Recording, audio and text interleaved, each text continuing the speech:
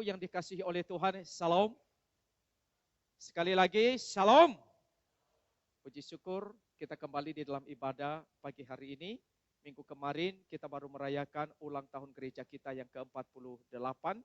Dan tepat hari Jumat kemarin itu adalah tanggal 31 Maret. Itu pas hari ulang tahun gereja kita, saudara ya. Jadi menyambut 50 tahun GKK, biar kita lebih semangat lagi untuk beribadah, melayani Tuhan, dan terus sehati di dalam pekerjaan Tuhan. Hari ini mari kita lihat Filipi 2 ayat 12 sampai 18. Saya mengundang kita untuk memperhatikan bagian firman Tuhan ini.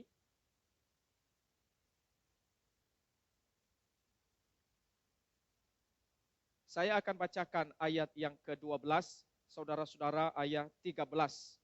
Dan sampai ayat yang ke-18. Kita baca bergantian. Saya baca 12, saudara 13. Hai saudara-saudaraku yang kekasih, kamu senantiasa taat, karena itu tetaplah kerjakan keselamatanmu dengan takut dan gentar, bukan saja seperti waktu aku masih hadir, tetapi terlebih pula sekarang waktu aku tidak hadir.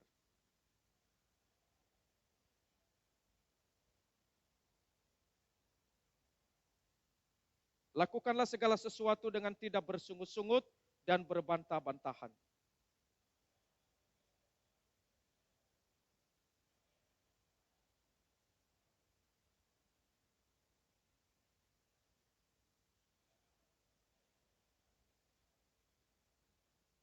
Sambil berpegang pada firman kehidupan, agar aku dapat bermegah pada hari Kristus, bahwa aku tidak percuma berlomba dan tidak percuma bersusah-susah.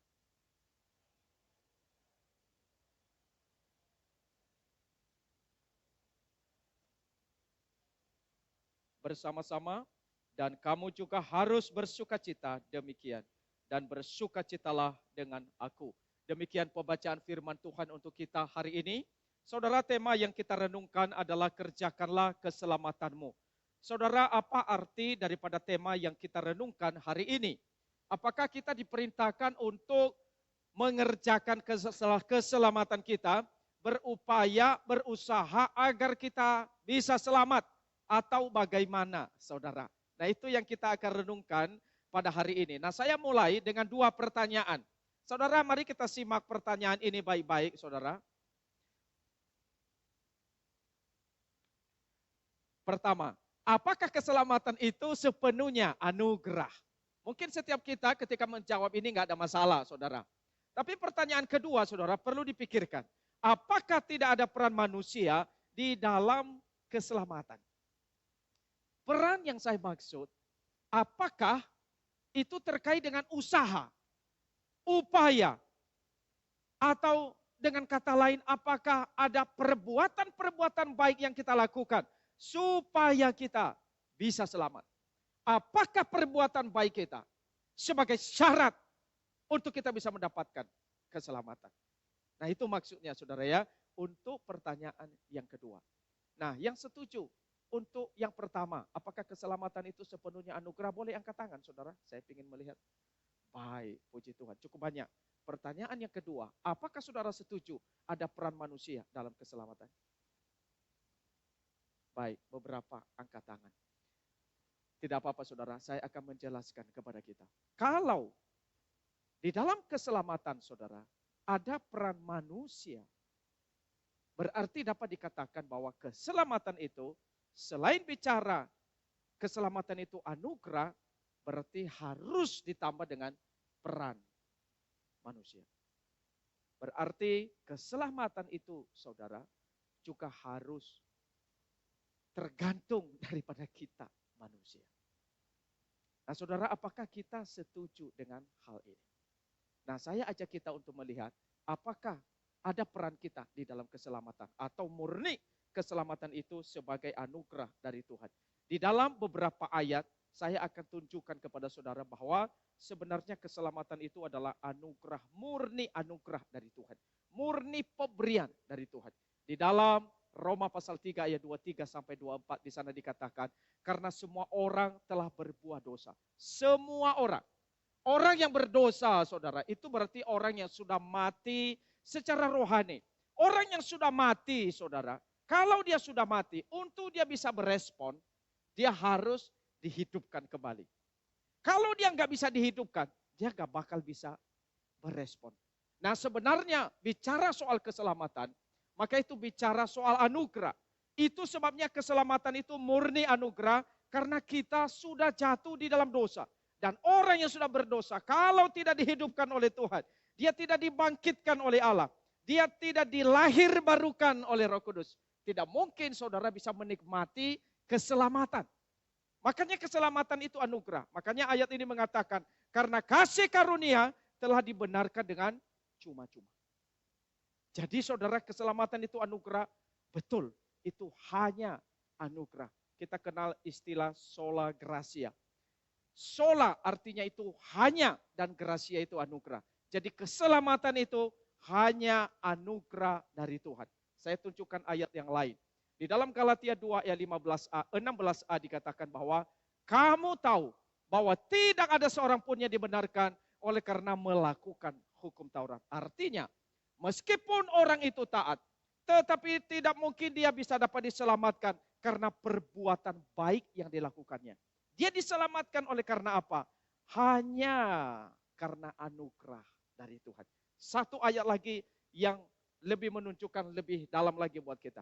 Di dalam Efesus pasal 2 ayat 8 sampai 9. Di sini dikatakan, sebab karena kasih karunia kamu diselamatkan oleh iman. Perhatikan.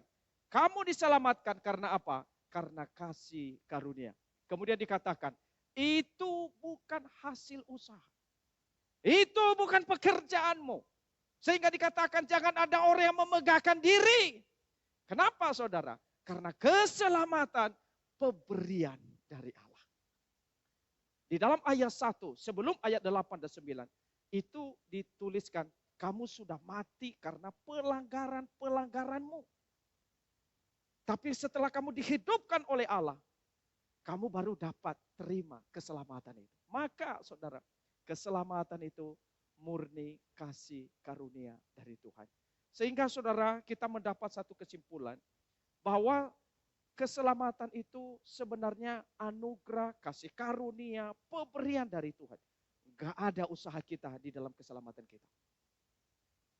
Tetapi setelah kita diselamatkan saudara, setelah kita dilahirbarukan, setelah kita diberi hidup oleh Tuhan, ini dia saudara yang kita bicara hari ini. Itu sebabnya di dalam ayat yang tadi dikatakan, kerjakanlah keselamatanmu.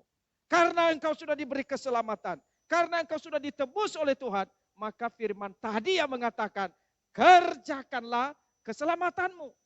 Nah ini yang kita mau bahas saudara. Yaitu di dalam ayat 12 ketika berkata, kerjakan keselamatanmu, maka di dalam bahasa Inggris saudara, itu bukan bicara soal work for your salvation. Tetapi work out, jadi kerjakan. Nah saya beri satu contoh supaya saudara bisa lebih memahami.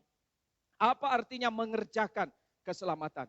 Saudara, ketika saudara misalnya fitness, suka nge-gym begitu ya. Itu alat-alat sudah ada, mungkin ada yang sewa di mall di mana gitu saudara ya. Nah waktu saudara ke sana, itu yang saudara butuhkan kan melatih otot-otot saudara itu supaya kebentuk, bisa menonjol, bisa kelihatan kuat begitu ya. Jadi kalau begini misalnya bisa kelihatan ya begitu. Tetapi saudara, waktu saudara nge-gym, bukan berarti sebelumnya saudara nggak punya otot. Sudah punya otot, otot ada. Nah tapi ketika saudara nge-gym kemudian otot itu dilatih supaya bisa bentuk sampai dari dada, punggung, dari perut, semua bisa kebentuk. Nah itu artinya saudara, sebenarnya saudara sudah punya keselamatan. Tapi keselamatan ini perlu dikerjakan supaya bisa efektif. Nah itu yang dimaksud oleh Tuhan di dalam ayat yang tadi kita baca, kerjakanlah keselamatanmu. Misalnya lagi saya kasih satu contoh saudara, misalnya ada orang kasih saudara konveksi, semua sudah disediakan. Orang itu cuma bilang sama saudara, ini konveksi silakan saudara garap. Sudah ada, tinggal bagaimana konveksi ini bisa berhasil, bisa bertumbuh, bisa berkembang. Jadi kira-kira begitu soal bicara keselamatan ini saudara. Jadi keselamatan itu sudah diberi oleh Tuhan. Tapi kita perlu garap, kita perlu kembangkan supaya keselamatan ini bisa berhasil. Supaya lebih nyata, kelihatan bahwa kita ini memang sudah diselamatkan oleh Tuhan. Sehingga ada buah-buah yang muncul di dalam kehidupan kita. Ada perubahan-perubahan sebagai orang yang sudah diselamatkan. Sehingga sebelum kita diselamatkan dan sesudah kita diselamatkan, mesti harus ada bedanya. Maka saudara, kita perlu untuk rajin di dalam hal ini memang. Perlu bertekun di dalam iman kita. Supaya keselamatan ini efektif dan terasa di dalam hidup kita, saudara. Nah, saudaraku yang dikasihi oleh Tuhan, ketaatan kita kepada Tuhan itu bukan syarat supaya kita dibenarkan dan supaya kita diselamatkan. Itu bukan syaratnya, saudara. Pembenaran dan kepastian keselamatan sudah diberikan di awal. Sudah kita miliki waktu kita dilahirbarukan oleh Roh Kudus. Tetapi peran kita adalah melakukan segalanya atas apa yang diberikan pada kita. Mengelola keselamatan ini. Maka kalau keselamatan ini sudah diberikan oleh Tuhan, kita perlu garap baik-baik. Kita perlu kerja keras. Jangan sampai kita malas-malas. Jangan sampai kita berpangku tangan. Jangan sampai kita hanya berdiam diri. Makanya firman Tuhan ini berkata, kerjakan keselamatanmu. Buat kasih karunia ini menjadi tidak sia-sia. Tapi boleh menjadi berkat bagi dunia ini, saudara. Jadi hari ini firman Tuhan ini memberi kita satu visi yang besar. Bahwa kita ada satu pekerjaan. Mengerjakan keselamatan kita di dalam dunia ini. Nah, saudara, mengerjakan keselamatan itu berarti taat. Saya bikin skopnya lebih kecil. Mengerjakan keselamatan itu berarti taat. Kenapa saya bicara soal taat? Ini terkait dengan perikop yang kita baca hari ini dan terkait perikop yang 2 minggu lalu saya ada khotbahkan. Kita tahu saudara, di bagian sebelumnya itu bicara tentang Tuhan Yesus yang taat itu sampai mati. Sampai mati di kayu salib dia taat. Dan kepada kita sebagai orang yang sudah diselamatkan, saudara kita juga dipanggil untuk mengerjakan keselamatan kita untuk taat sampai mati. Saudara, ini panggilan kita. Panggilan untuk mengikuti teladan Tuhan kita Yesus Kristus. Saudara, pada waktu kita mulai percaya, kita berada di titik yang merah. Kita mulai percaya di situ. Tapi kita punya waktu ke depan. Sejak kita percaya mungkin punya waktu setahun ke depan, 2 tahun, 50 tahun ke depan, 70 tahun ke depan. Nah, di dalam waktu sampai Tuhan memanggil kita, saudara, di dalam waktu ini disitulah kita menggarap keselamatan kita. Disitulah kita belajar untuk taat. Disitulah kita belajar untuk mengikuti pimpinan Tuhan. Disitulah kita bagaimana hidup seturut dengan yang Tuhan mau. Maka saudara, inilah panggilan kita. Yaitu adalah taat di dalam proses sampai kita berjumpa dengan Tuhan. Saudara, maka kita akan merenungkan ketaatan seperti apa yang Tuhan inginkan buat kita. Apakah taat yang biasa-biasa? Kalau kita sudah lelah, lalu kita istirahat dulu ya. Kita ngaso dulu, karena udah capek, udah lelah nih. Apakah begitu saudara? Di dalam kita mengerjakan keselamatan kita. Apakah kita udahlah, saya mau tidur dulu. Karena udah terlalu capek waktu yang sudah saya lewati. Apakah boleh demikian saudara? Saudara, mari kita lihat. Yang Tuhan inginkan kepada kita, itu adalah sebuah ketaatan yang konsisten. Saya ambil di dalam ayat yang ke-12. Di sana dikatakan, saudara, di dalam ayat yang ke-12, hai saudara-saudaraku yang kekasih, kamu senantiasa taat. Senantiasa taat itu berarti taat konsisten. Konsisten itu berarti terus-menerus hanya taat kepada Tuhan. Hanya mencintai yang Tuhan cintai terus-menerus. Terus-menerus membenci yang Tuhan benci. Terus konsisten taat. Tidak tergantung kondisi, tidak tergantung situasi. Apapun kondisinya, terus taat. Berlaku, bersikap benar kepada Tuhan. Itu namanya konsisten. Tidak tergantung kondisi. Bukan berarti kalau kondisi baik saya mau taat. Kondisi tidak baik saya tidak taat. Tidak demikian saudara. Mau ekonomi baik, saya tetap taat kepada Tuhan. Mau ekonomi tidak baik, saya tetap taat kepada Tuhan. Saya beri satu contoh. Saudara, beberapa hari yang lalu, ada seorang wanita, dia WA kepada saya. Dia bilang, Pak, tolong bantu saya di dalam doa. Wanita ini ada di luar kota, saudara. Dia bilang suami saya suka main game. Suami saya penghasilannya sekarang berkurang. Ekonomi, mengganggu ekonomi keluarga. Dan kemudian suaminya itu juga sudah mulai melihat wanita lain.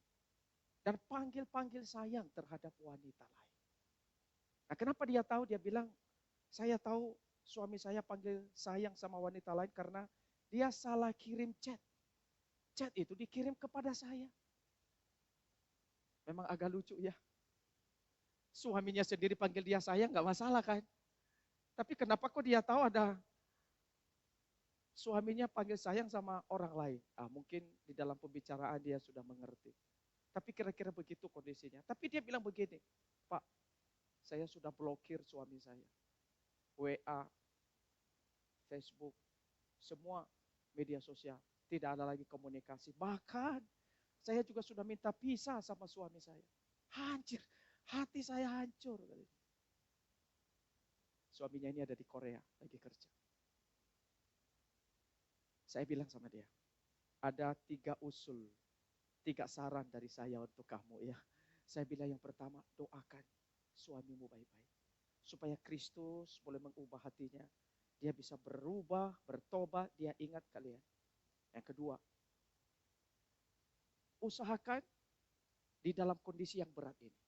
Meskipun memang ini berat, tetapi usahakan tindakan dan keputusan yang kamu ambil jangan sampai salah. Saya bilang, jangan sampai kamu blokir suamimu. Karena ketika diblokir saudara, itu berarti saluran komunikasi terputus. Dan itu kesalahan yang dibikin ini bisa membuka pintu bagi kesalahan yang lain. Berbahaya enggak? Sangat berbahaya. Saya bilang lagi, jangan coba-coba bilang pisah, bilang cerai sama suami. Berbahaya. Berbahaya. Jadi jangan ada masalah sedikit, langsung bilang kita cerai. Jangan. Usahakan bertindak, berlaku, tetap yang benar. Yang ketiga saya bilang sama dia, percaya Tuhan sangat berkuasa. Nah dia bilang sama saya, yang paling sulit dilakukan itu untuk bisa bertindak dan berlaku dengan benar. Nah saya bilang, inilah yang perlu kamu perjuangkan. Minta pertolongan Tuhan, supaya di dalam kondisi yang tidak mudah ini pun, kamu tetap bisa konsisten, berlaku benar, bertindak benar. Nah saudara, inilah panggilan kita. Di dalam mengerjakan keselamatan yang Tuhan telah beri, panggilan kita untuk konsisten taat kepada Tuhan. Apapun kondisinya. Mungkin di dalam usaha kita kondisinya lagi gak baik. Mungkin di dalam keluarga kita kondisinya lagi gak baik. Dalam relasi kita dengan orang lain mungkin juga kurang baik. Tetapi panggilan kita usahakan tetap bertindak dengan benar. Usahakan tetap berlaku dengan benar. Saya ingat Pendeta Yohanes Adri.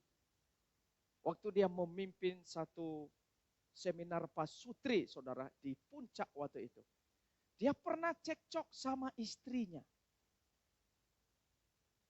Waktu dia cekcok sama istrinya sampai nggak ngomong begitu ya.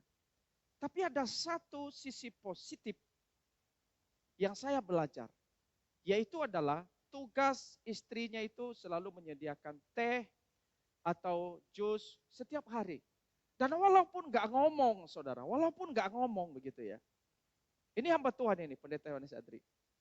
Tapi kemudian saudara, dia bilang, entah dia atau istrinya tetap melakukan itu perannya dengan baik. Walaupun memang lagi situasi nggak baik, tapi tetap istri tetap siapkan teh, kopi atau jus begitu. Tetap membuat jus, walaupun mungkin nggak ngomong. Saya kira ini satu tindakan yang benar saudara. Meskipun kondisinya lagi nggak baik. Terkadang kan kita suami istri itu bisa cekcok yang nggak ngomong. Tapi jangan sampai bersikap salah dalam keputusan dan tindakan kita, saudara. Tetap bersikap berlaku dengan benar. Itu namanya konsisten taat. Nah memang tidak mudah. Untuk kita bisa konsisten di dalam ketaatan kita.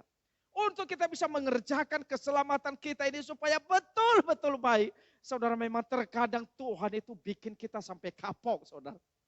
Supaya kita baru taat, baru tunduk. Karena saudara, ada orang-orang tertentu terlalu keras kepala. kepala batu saudara, hati batu. Susah, sudah dibilangin ini dan itu tetap tidak mau taat. Nah kalau orang di dalam kondisi begitu bagaimana cara menyadarkannya? Saudara terkadang Tuhan bikin kapok dia.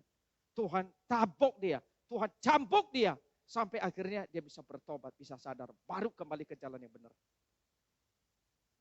Saya ingat abang saya nomor 3 saudara. Dia pernah tinggal di Medan itu kurang lebih 12 tahun. Jadi waktu dia di Medan itu, boleh dikatakan kisah hidupnya begitu mengerikan. Dia pernah masuk penjara. Dia pernah seperti gembel begitu. Wah, hidupnya tidak karu-karuan. Dua sadar tentang kehidupannya yang sebelumnya di Medan itu kayak gimana. Dia sudah kapok jalani hidup yang seperti itu. Dia sudah ditabok sama Tuhan, saudara. Sudah dicambuk. Setelah sampai hidupnya itu bangkrut seperti anak yang bungsu, saudara. Yang baru ingat saya punya papa di rumah begitu sayang sama saya. Dia baru kembali ke rumah Tuhan. Nah saudara, terkadang ada orang-orang yang keras kepala seperti itu. Setelah ditabok sama Tuhan, dia baru kembali, baru nurut, baru mau taat. Tapi masih syukur saudara kalau Tuhan tabok kita, Tuhan bikin kita kapok itu tanda bahwa sebenarnya Tuhan itu masih sayang pada kita.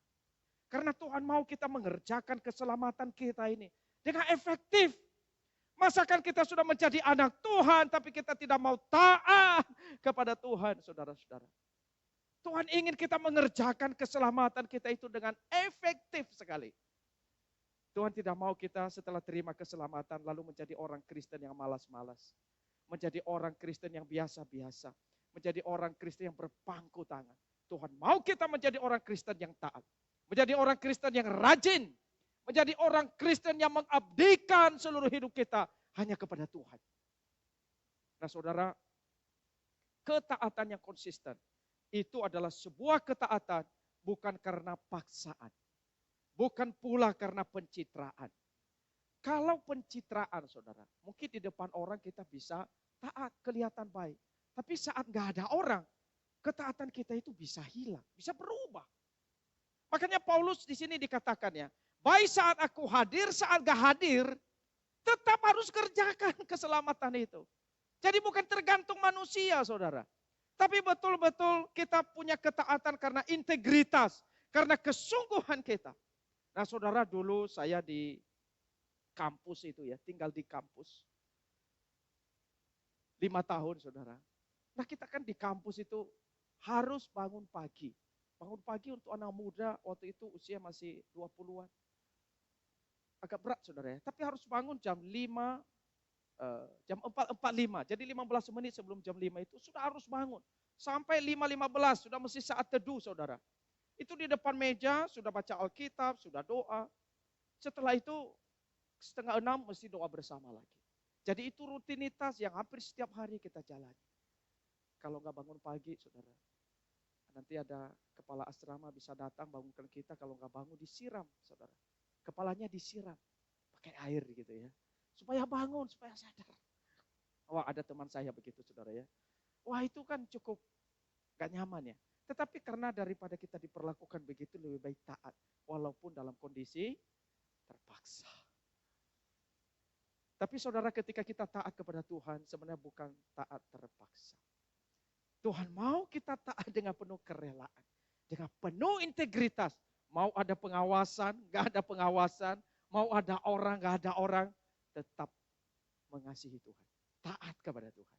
Nah saudara, ketaatan yang konsisten seperti itu yang Tuhan mau. Bahkan ketaatan yang Tuhan inginkan juga sebuah ketaatan yang penuh hormat kepada Tuhan. Seperti di dalam ayat yang tadi dikatakan itu, kerjakan keselamatanmu itu dengan takut dan gentar. Saudara, ketika Paulus berkata dengan takut dan gentar, bukan berarti kita taat karena kita takut. Ini bukan teologi intimidasi, saudara. Ini juga bukan teologi manipulasi. Tetapi ini mengajarkan kepada kita supaya kita penuh hormat, penuh penghargaan kepada Tuhan pada saat kita taat kepada Tuhan. Kita tahu Tuhan kita itu Tuhan yang mulia. Dia mulia, sangat mulia. Karena dia mulia, saudara.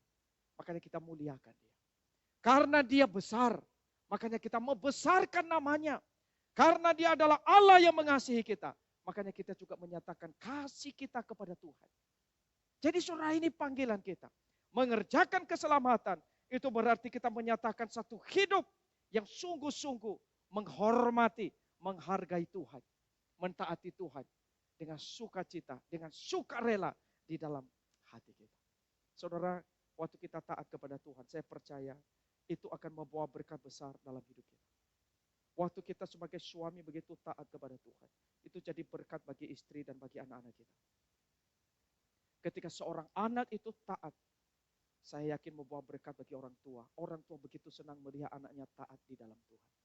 Saudara, ini panggilan kita sebagai orang-orang Kristen yang sudah diselamatkan oleh Tuhan. Maka orang-orang yang taat kepada Tuhan. Maka seperti dalam ayat 14, pasti saudara melakukan segala sesuatu dengan tidak bersungguh-sungguh. Kalau dia taat, tidak mungkin lagi berbantah-bantah. Kalau dia disuruh melayani, saudara, pasti dia melayani dengan sukarela. Pasti dia melayani dengan enjoy. Dia tidak melihat pelayanan itu sebagai sesuatu yang menyiksa dia.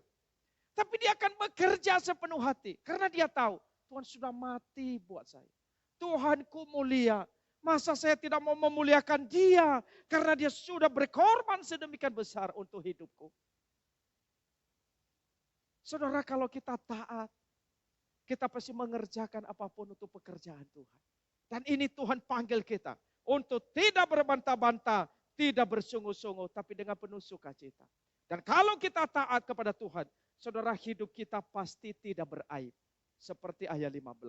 Hidup kita pasti tidak bernoda. Kita akan menjadi anak-anak Allah yang tidak bercela. Bahkan hidup orang-orang yang taat, yang mengerjakan keselamatannya, saudara, hidupnya itu bercahaya seperti bintang-bintang di langit. Ia akan menjadi terang bagi dunia ini.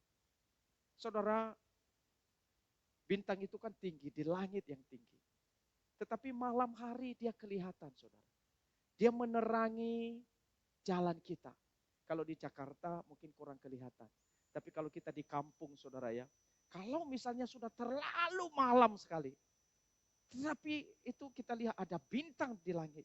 Saudara, bintang itu seperti memancarkan cahaya. Sehingga hutan-hutan itu, daerah-daerah itu yang gelap bisa agak kelihatan terang. Jadi kalau hidup kita seperti bintang, kalau kita taat kepada Tuhan, itu hidup kita seperti bintang bercahaya di tengah dunia ini. Menjadi berkat di mana saja kita berada.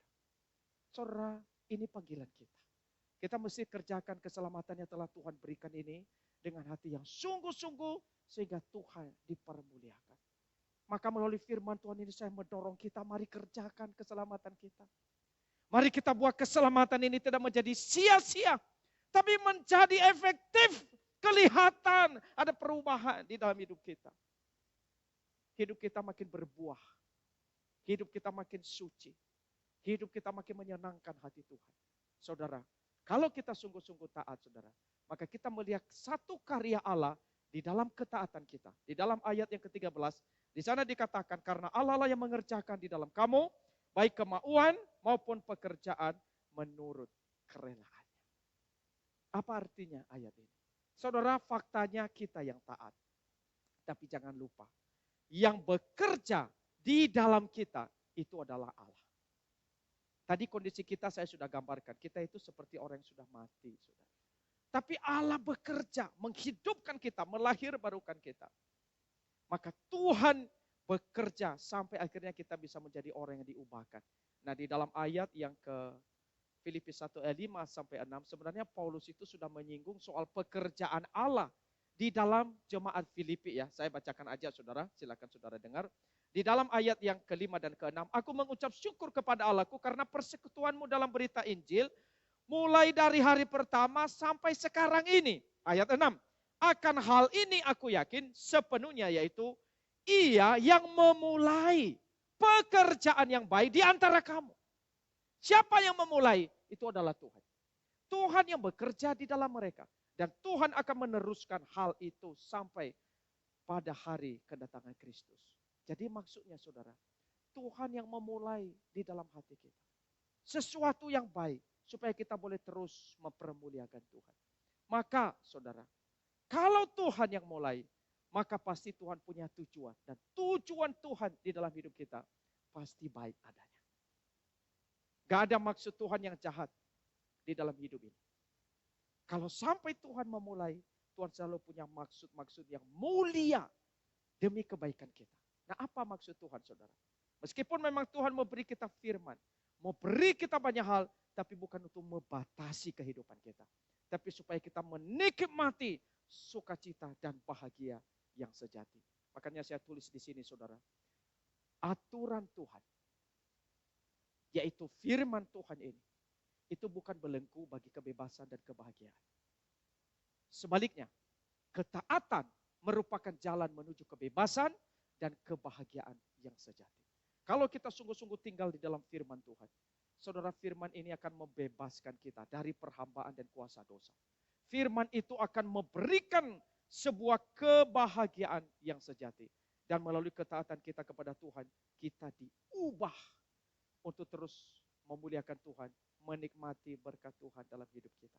Maka saudaraku yang terkasih di dalam Tuhan, Tuhan kita Yesus Kristus sudah berkorban mati bagi kita di kayu salib. Dia sudah mengerjakan segala hal demi kebaikan kita. Dia Tuhan yang mulia, maka mari kita muliakan Tuhan kita. Mari kita kerjakan keselamatan kita. Mari melakukan segalanya untuk Tuhan kita. Apapun kita berikan segalanya untuk juru selamat kita.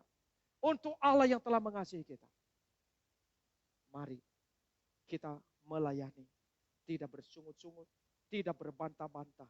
Kita kerjakan keselamatan kita itu dengan penuh kerelaan, dengan penuh sukacita. Dan mari kita membuat kasih karunia Allah yang telah kita terima itu tidak menjadi sia-sia.